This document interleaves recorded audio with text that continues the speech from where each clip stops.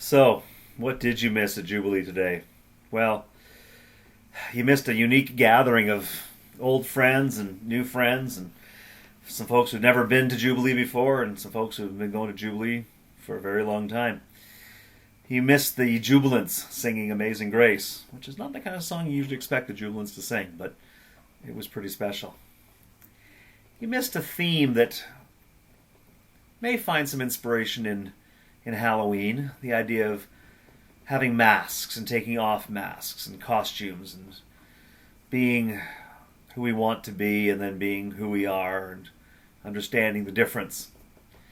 The theme was picked up with the prophet Joel when he spoke for God about a time when my people shall no longer be put to shame. The promise of a time that is not a time of shame, but a time of peace, a time of being who we are meant to be.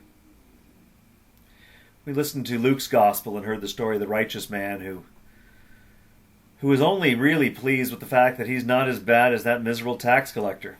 And he thanks God that he is righteous and that he is able to fast twice a week and is able to tithe and is able to be active and to be so deeply spiritual.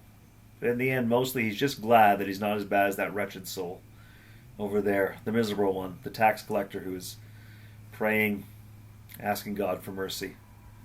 And we're reminded that it is the miserable one, the one who asks God for mercy, who goes home justified, who goes home right with God.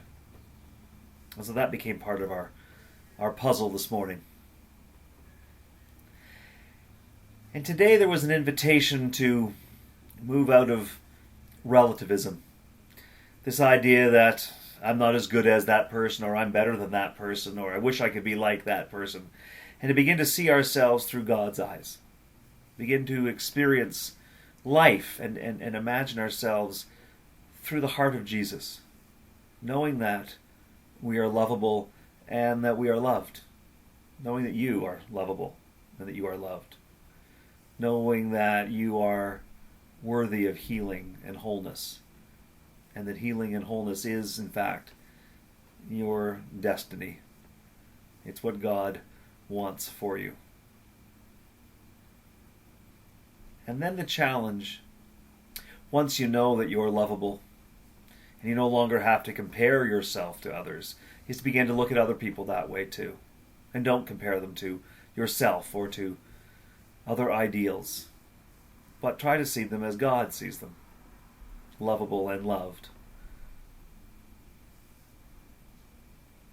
healed and whole, or at least potentially healed and whole. And in that way, perhaps, we are able to live in the truth that Joel offers us. That time, God says, when there shall be no shame. That time when we can dream dreams and see visions. So that's what happened today. And I guess the challenge for you, if you weren't with us, is to imagine yourself as lovable and loved. To stop comparing yourself to others, to impossible ideals, or to those who are just miserable. But in fact, recognize that just as you are right now, you are lovable and you are loved by God. That's what you missed. Hopefully we'll get to see you at Jubilee soon. God bless.